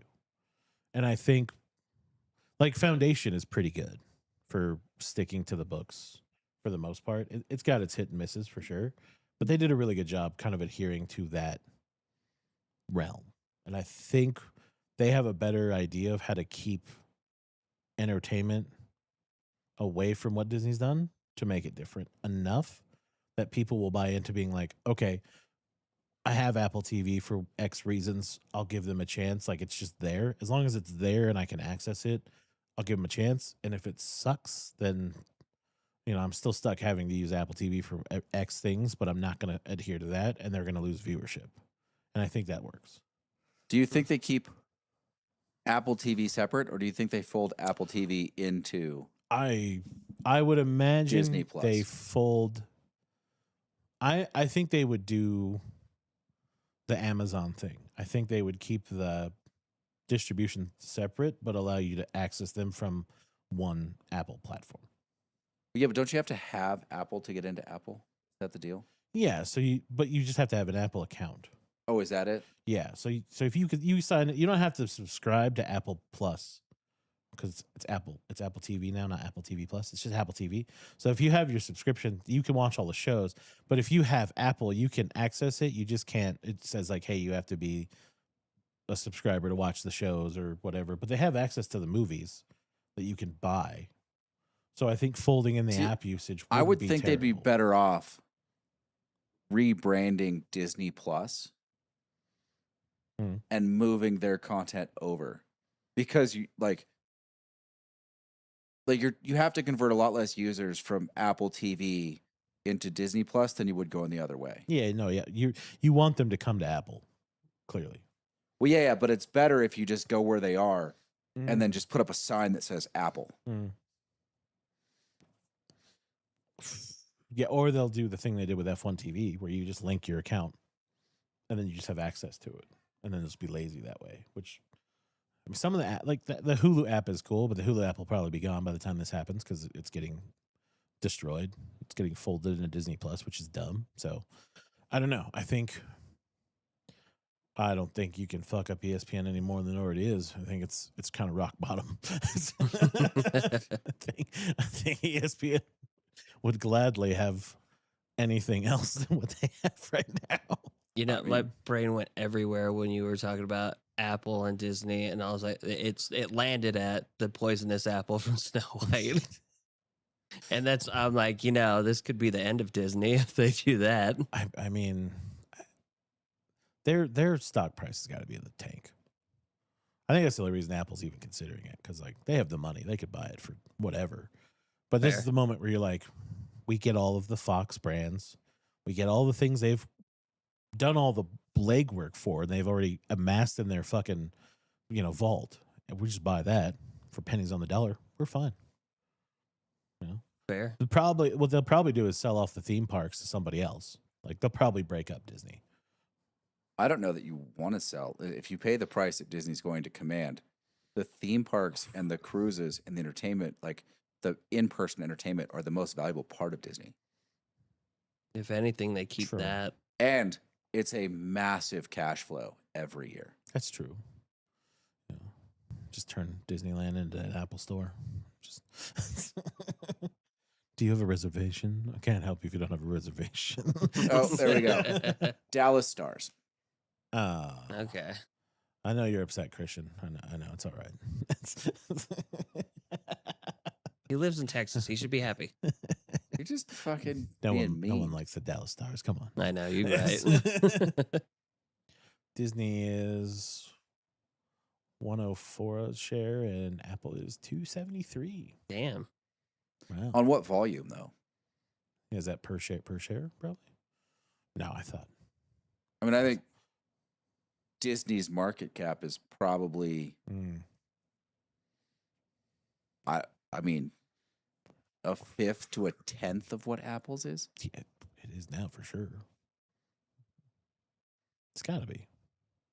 What are the they break down like how many shares in total is there? Is that what we're? Yeah, market cap is effectively Got share it. price times number of shares. Got it. Okay. Yeah. I don't know. I just Googled the price. Fuck you, Bobby. Yeah, fuck you, Bobby. This will be the second podcast where you're told fuck And you. Apple has a ton of fucking cash. Their vault is massive. They do have and I think that's the reason. I think someone's like, hey, we need to grow. Yeah, I mean, Apple's got bigger problems though. Like right now, like the biggest knock on Tim Cook is that he gave up on AI. Like he was perfectly happy being the hardware that people accessed AI on, because people are still going to access it from their iPhone or their computer or their tablet, right? Which they sell a ridiculous share of the market in. Right. And everyone just wonders if that is going to come back and bite the next CEO in the ass, because they are not in that race. Because they should have had their own Apple AI at this point. Yeah. Like Google has their own. And it's like, why aren't we doing the same? And he was like, Google, X. Well, I'm surprised they just didn't use Siri to do that. Well, this is the thing. Like they were first to market. Like Siri is a first to market product. Yeah. They had the advantage. Like they had the first mover advantage. And they said, yeah, we're good. We're good. Yeah, they could have easily folded in an AI system into Siri and blown them out of the water. They had years ahead of people. But he was like, nah, fam, we're good. He didn't want to mess with that beast. I think he's one of the ones who's like, it's a bubble. I don't think we need to invest in the bubble. Like, I think we need to focus on what we do, which I can kind of respect that. Like, that's fair. I don't know. I wonder if it's not so much that it was a bubble, but he figured that, like, I'm sure there are some people in tech that looked at it the other way. Not that it was going to collapse because it wasn't going to be useful or no one's going to use it or it was overvalued, but that it was going to advance so quickly that before anyone had a chance to really like control the market, it was going to be so easy that everyone could do it. That's fair. I mean, that's, Have you guys seen that new comedy show called Balls Up with Mark Wahlberg? No. It's fucking a riot. What's it on? It's on Amazon. Is it? I kept seeing the commercials for it, and I was like, I don't know if I could watch that. I mean, it's Mark Wahlberg. He's fairly funny. I like Mark Wahlberg in certain things. There are some of the which are Ted. Ted is good comedy for Mark Wahlberg. Like I think Ted that's 2 was where he kind of sits like on the like he does some okay comedy. I prefer the like cheesier action movies that he does. Like Shooter, the Italian Job, Shooter. Like those were okay movies. Like that's just what I think Mark Wahlberg should do. This one is like damn near slapstick comedy, and it just looks really bad. So, I'm not a huge fan of slapstick. It evolves substantially. I don't know if you guys are going to get far enough down to do it. It goes from Dad's Home Movies to like a Henry Clay buttered popcorn. Not a lot of like the pepper becomes sort of diminished, gets a little bit richer. Really? It goes from thin and punchy to like rich and weighty on the palate as you smoke it down. So it's good. I'm 82. Wow. I think 82. 82. Wow.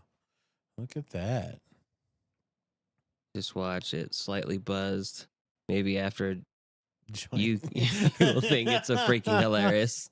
So we know what Christian did. That's So funny. are we saying 2 out of 3? Are we saying that the Kentucky Spirit beat Baumburgers? Yes. We have to go with the majority. I mean, right now, that's what we're saying because me and you both think so. Not to mention the cigar is what's putting off the bomb burgers. And the Stag still beats them all. Of course. It's Stag. It's Stag. The more I drink it, the more that note on the back fades and you get the traditional Stag notes. Mm. And I think maybe it's just that it's because it's young and it's so proofy early. Like the bad notes jump, and then as your palate acclimates, the bad notes sort of fade into the good notes. a more traditional Stag. No, I could see where you're saying that, yeah, because it's like I get mine at the back of the palate and also the roof of my mouth in the back. Yeah.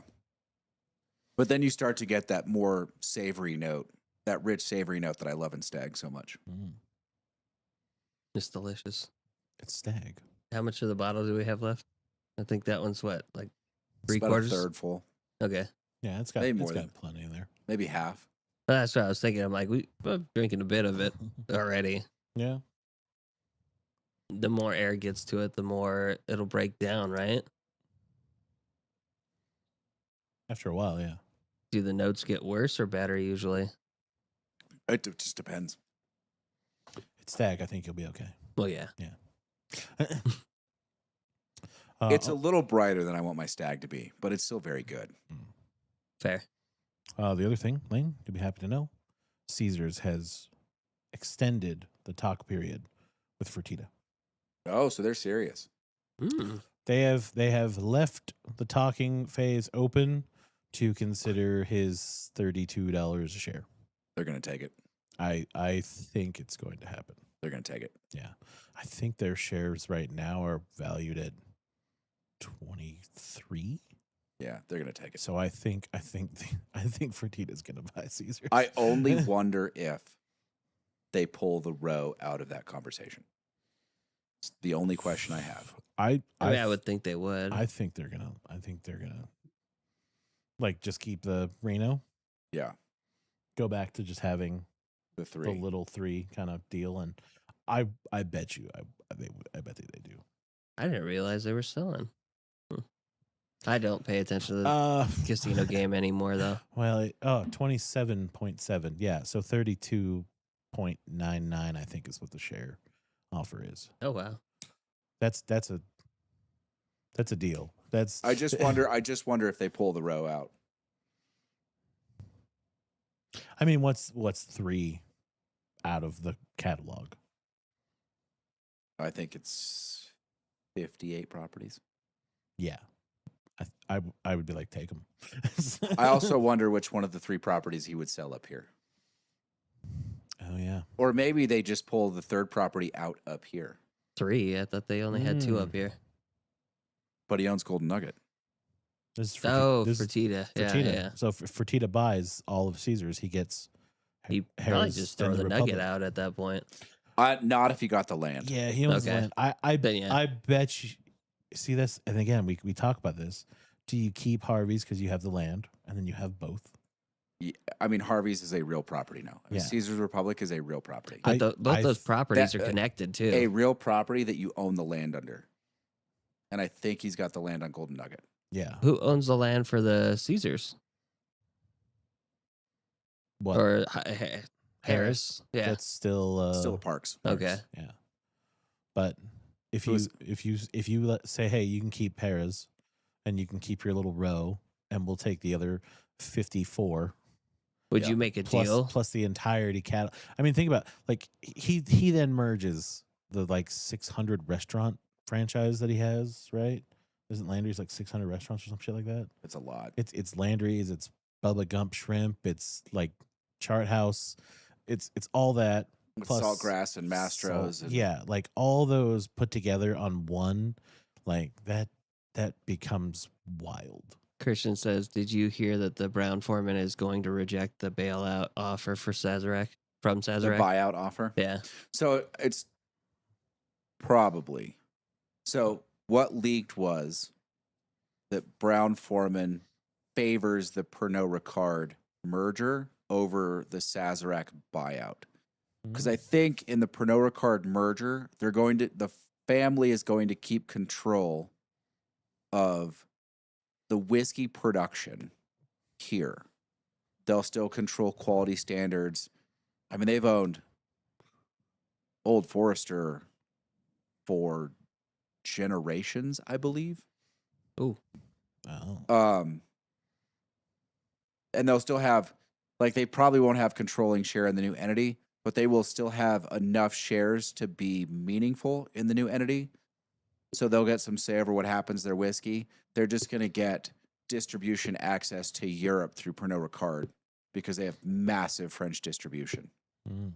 They have a huge Irish whiskey portfolio. It's a French company. They have a ton of Irish whiskey. Like, they do very well. Okay. But I think the Sazerac buyout is just a straight buyout, and they would lose all control. And I think they want to stay in the business. They just want a way to bolster their shares and to distribute their products more widely globally. Okay. That makes sense. So yeah, the merger makes way more sense. Mm-hmm. So I think that's where they're leaning. And we haven't heard anything from Diageo, but there are rumors that Diageo is also in on the conversation. No. Which, God, I hope that doesn't happen. I'm not amazingly excited. I know everyone wants Brown Foreman to stay American, and they're like, Sazerac, whatever. I'm not a huge fan of a Sazerac buyout of Brown Foreman. Is that just because of things they've already done? I'm just, having worked with Sazerac at this point, I don't think they do good things for Brown Foreman. Fair. I think they make it worse, not better. I think the family keeps control. I think Jack Daniels is finally on the right path. I know their stock prices, Brown Foreman's stock price is down, and Jack's taken a little bit of a hit. But I think they're finally on the right path.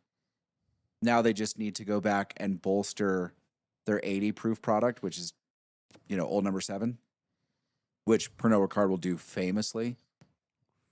I think Sazerac makes all of their products worse, all of Brown Foreman's products worse when they buy it to increase the value.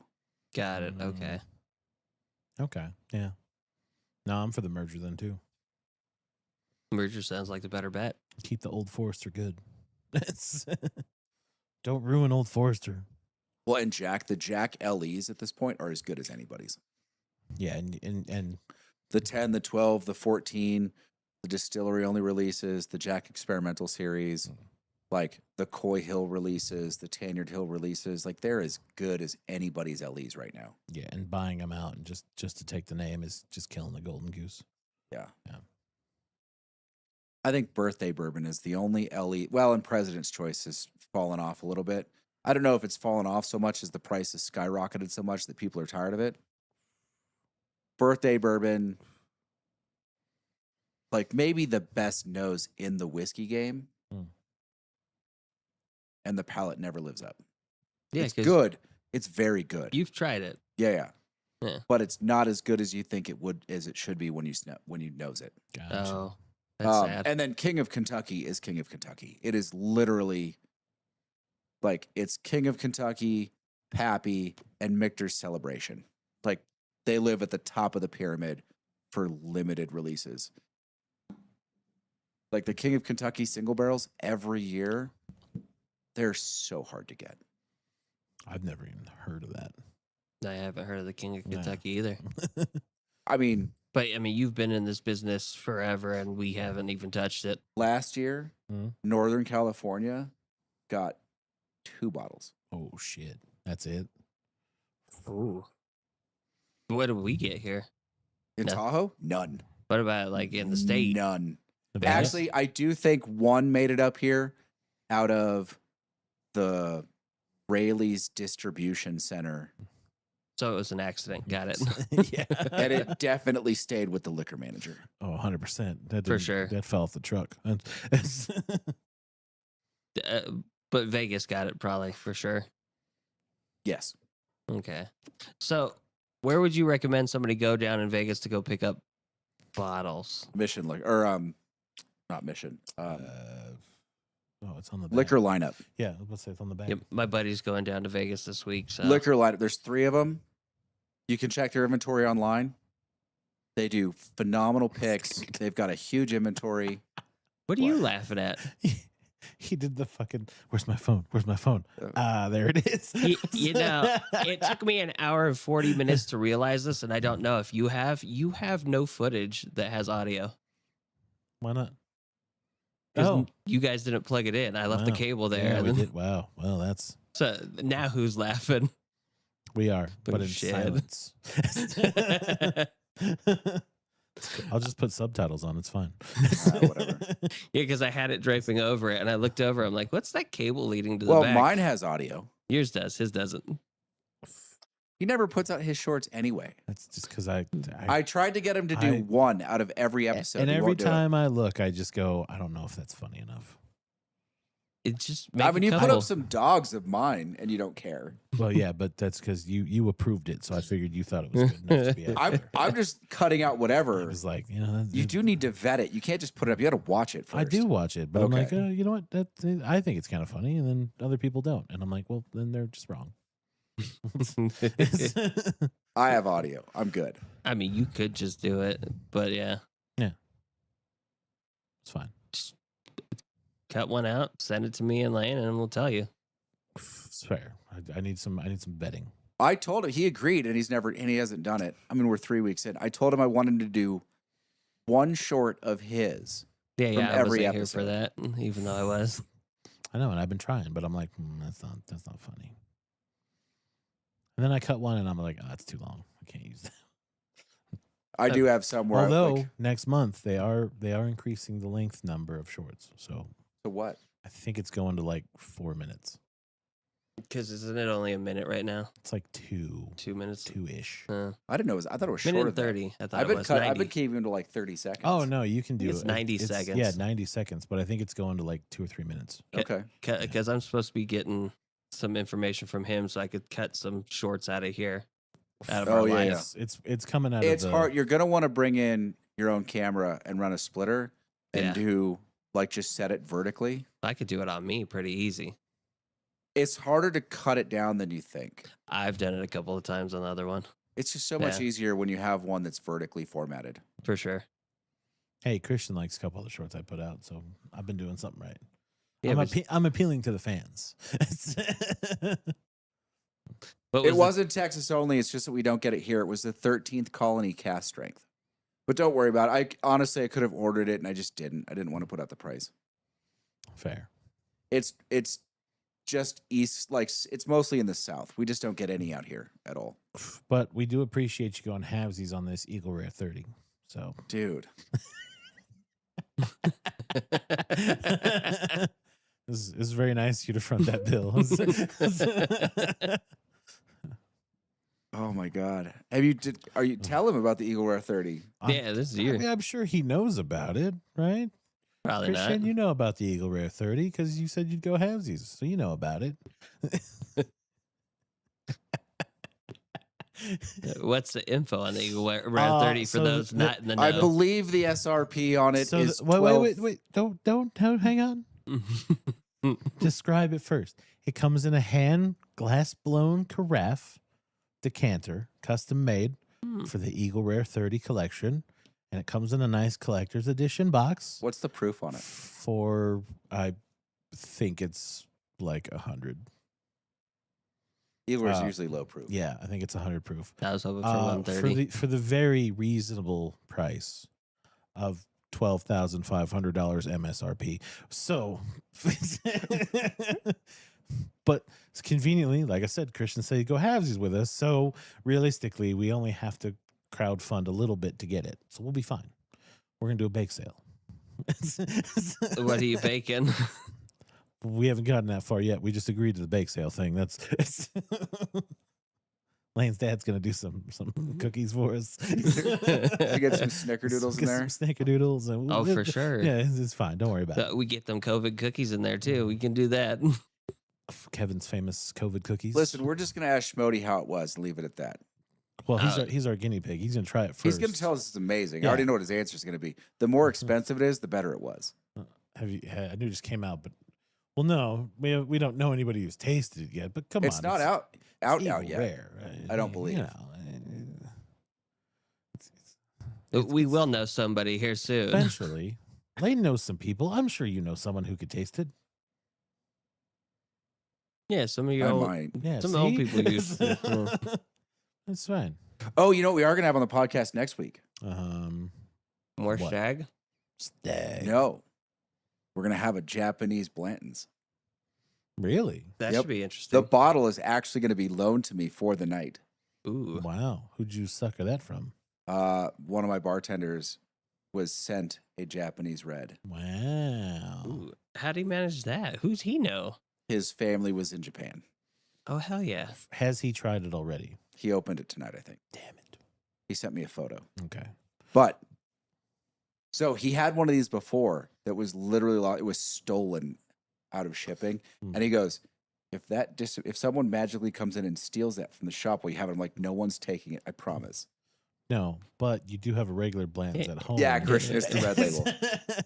Ain't nobody gonna steal it when you're It's standing not really next to the it. red label. It's a cream label with red accents in a red box. Okay. But Ooh. you have a regular stag at home. What we could do, just hear me out. A little swapperoo. So I'm saying. So the question is, do you guys want to do the mystery whiskey? Because it's going to go up against this wild turkey. Do you want to do the mystery whiskey? Or do you want to put something specific up against it? I'm out of George T. Stag, so that's the question. That's not fair. Not fair. Would have been entertaining though. You almost have to do a Blanton's flight. I was thinking for proof, Mhm. because it's 90. It's the same as I think it's 93 proof. It's the same as regular Blanton's, Okay. but it's 2 years older. It's 8 years. Mhm. I was thinking Old Forester 1924 Okay. Okay. and the Kentucky Spirit. Kentucky Spirit. That they're all close. Yeah. Yeah. I think that's good. We put the Austin 121 up against it, according to Christian. Are they paying you? Yeah, right? Are you like? Are you sponsored? You didn't tell us. Are you? But like, why aren't you sponsoring having them sponsor us? Actually, And then Christian, once we go to Rise, we're gonna pull that the 135 proof. Still Austin rye pick. Oh yeah. Yeah. Next time we have him on, he's just gonna Wayne's World it. He's just gonna have Austin 121 gear, big inflatable bottle in the background. It's just really sad when people sell out, you know. He's a flailing arm man with a bottle in his hand. It's just really sad, man. All this. What talk was about- the? What was that? Was it Bayer? Yeah, all this talk about this selling out's giving me a headache. Here, take 2 of these. Or was it Motrin? No, it's Bayer. It's Bayer. Little, tiny, yellow. No, it's little, yellow, tiny. different. Yes, but it's the taste of a new generation. He says, I can't tell you how bad the Austin 101 is compared to the 121. I'm trying to figure out ways to give it away to people. Just give it to a street liver. I'm sure he'll drink it. Hey, you're not wrong. Once you got some of that liquor there, boy, I'm gonna take that off your hands. Yeah, you got a little bit of a sip for me. Take a little sip there. Let me try this. Yeah. Oh, this is the good shit. That's the good stuff. Yeah. Yeah. I think someone just tried to access one of my accounts because I just had a code. Really? Yeah. Fun. This is your authorization code. Now you just got to figure out which account it was. Mhm. Hopefully it was just TV. All right, you guys got anything else tonight? No. No. Well, one more thing. Clayface. You, Bobby. That's a good one too. I mean, I did say Clayface. Fuck you, Bobby. But like watching the trailer on that one, it seems interesting. I like it. Gotham, Batman, that kind of sort of deal. But like in the shadow, it shows him lifting up his arm and it turning into the mace, which again, that's old school. That's seeing it from the comics and everything. Is this a movie? Yes, it's going to be a movie. Okay. Or a TV series. I think it's a movie. But I'll have to double check again. I no, love live action. He answered that with so much confidence and then immediately backtracked. Well, I was thinking about it and I'm like, they could make that into a TV series, but I think it's going to be a movie. And like towards in the end of the trailer, you just see him go like this and his face just gets all mashed up and just turned into lions. So I'm like, Clayface. He used his powers to look like other people, and like as he couldn't make his own face anymore, and it just started drooping. I'm like, they did a good job in that one. Is this one of those James Gunn things? Good question. I have to look. I think so. So you didn't actually watch the trailer? Then. I watched the whole trailer. I just didn't read. I don't remember reading it. See, reading is not my parte usually. Seems kind of sus. Yeah. All right. Sus. They're Kevin and Casey. I'm Lane. It was a Big Ash live stream, number something, 155 maybe. Next week, Japanese Blanton's, probably the Old Forester 1924, and our challenging whiskey, Kentucky Spirit. Thanks for being here, guys. Appreciate you. See you next week. Fuck you.